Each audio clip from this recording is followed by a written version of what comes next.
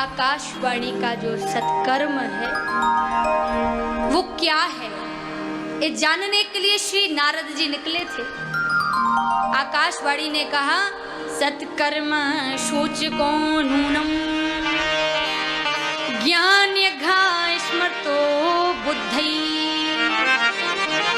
सत्कर्म क्या है? श्रीमद् भागवत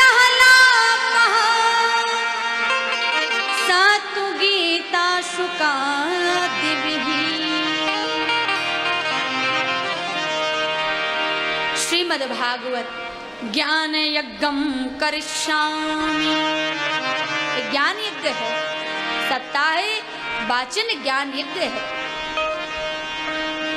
तो आकाशवाणी का सत्कर्म क्या है, क्या है, ये जानने के लिए श्री नारद ने वीणा की करतालें उठा ली और पहुंच गए महात्माओं के दरबार में। अरे महाराज, कईयों ने तो स्थान छोड़ दिए कि मालूम नहीं हमसे क्या पूछने आ जाएं। कई महात्माओं ने मौन व्रत धारण कर लिया, महाराज 6 माह के लिए हमारा मौन व्रत चल रहा है। कई स्थान छोड़ करके भाग गए। तो महाराज श्री नारद जी ने जब भ्रमण किया और भ्रमण करते करते पहुंच गए विशालापुरी में, जहाँ सनक सनंदन सनातन सनत कुमार विराजे हैं, और वहाँ संत मुनीश्वरों को प्रणाम किया।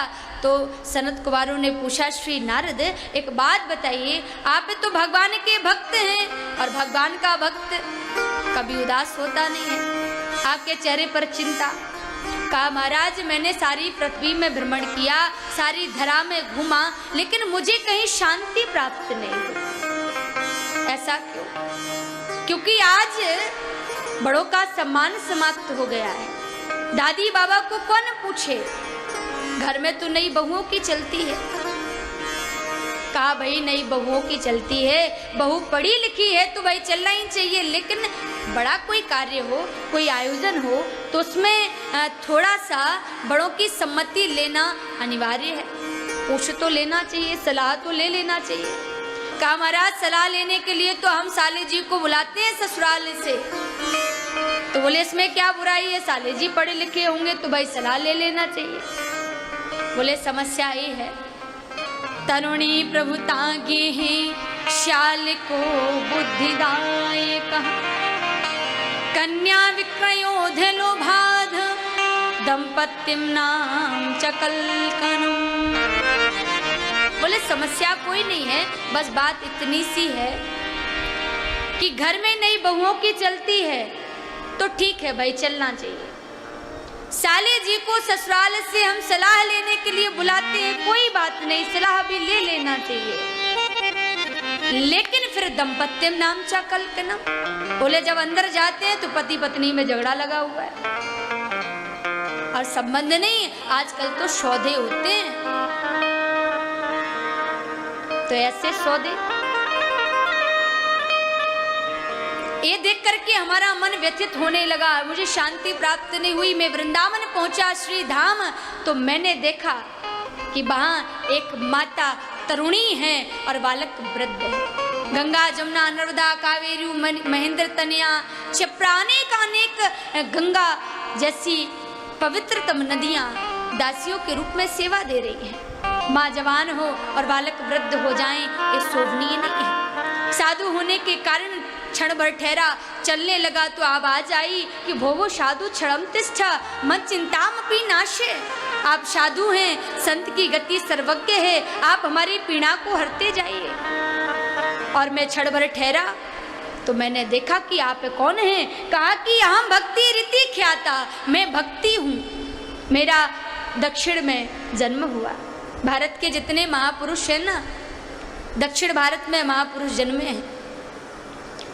लेकिन जब मैं श्री धाम वृंदावन आई तो मैं तो जवान हो गई, लेकिन मेरे बालक ये है ना, ये वृद्ध हो गए। आप कोई ऐसा चमत्कार करिए कि हमारे बालक ये वृद्धावस्था को त्याग के नवयुवक बन जावे।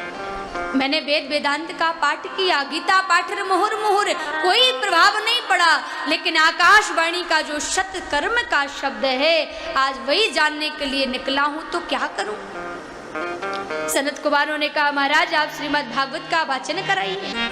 कहा वेद वेदांत गीता पाठ कुछ ना कर सका तो ये भागवत क्या करेगी।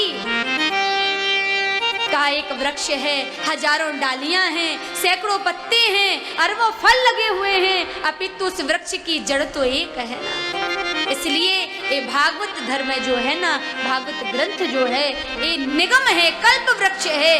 कहा किसी ने हमको द्वैत चाहिए तो कल्प वृक्ष रूपी भागवत ने कहा कि लीजिए। किसी ने कहा हमको अद्वैत चाहिए तो आप लीजिए। किसी ने कहा हमको द्वैताद्वैत चाहिए, कहा आप वो भी लीजिए। ये सर्वस्व देने वाली है। और जब श्रीमद् भागवत का मैंने वाचन किया तो ज्ञान वैराग्य का बुढ़ापा दूर हुआ, भक्ति माता के कष्ट की निवृत्ति हुई। सनक सनंदन सनातन सनत कुमार गंगा के तट पर बद्रीनाथ में आनंद नामक तट पर विराजे और भगवान की गाथा प्रारंभ हुई। और यहाँ पर भक्ति माता के कष्ट की निवृत्ति, ज्ञान वैराग्य के बुढ़ापे के दूर होने पर और भगवान श्री की कथा सुनने पर धुंधकारी के लिए विमान आया। और जब विमान आया तो विमान में बैठकर धुंधकारी जाने लगा तो लोगों ने रोक लगाई, अरे भाई हमने भी कथा सुनी, हमारे लिए भी विमान आना चाहिए। पहले क्या होता था, जब धार्मिक अनुष्ठान होते थे, यज्ञादि तप अनुष्ठान होते थे, तो विश्राम के दिन, पूर्णाहुति के दिन आकाश से विमान आता था और लोग उसमें बैठ करके जाते थे। अच्छा एक बात बताओ, यहाँ पर 13 तारीख को यदि देवलोक से विमान आ जाए तो कौन कौन जाएगा? हाथ ऊपर करिए, सब जाएंगे। ये भैया लोग सोच रहे होंगे भाई हम क्यों जाएं, हमारे बीवी बच्चे हैं, है ना, हमारा परिवार है। लोगों ने कहा जो सुन रहे थे, नहीं भाई हमारे लिए भी विमान आना चाहिए। धुंधकारी ने अकेले कथा थोड़ी सुनी, हमने भी सुनी। तो भगवान के लोक से आए हुए पार्षदों ने कहा कि जैसे धुंधकारी ने सुनी ना, वैसे आप लोगों ने नहीं सुनी। एक आसन पर एकाग्रचित्त होकर के मन को लगा करके जो कथा श्रवण की वो धुंधकारी ने ही सुनी। श्रोता और वक्ता के प्रकार बतलाए। पहला होता है श्रोता, जो कथा को एकाग्रता के साथ सुनता है। दूसरा होता है सरोता। सरोते का काम क्या होता है बंधुओं? सुपारी काटना, है ना। कुछ सरोता भी होते हैं, वो क्या, अरे अरे अभी भजन तो कोई गाया ही नहीं, उदाहरण तो कोई बोला ही नहीं है।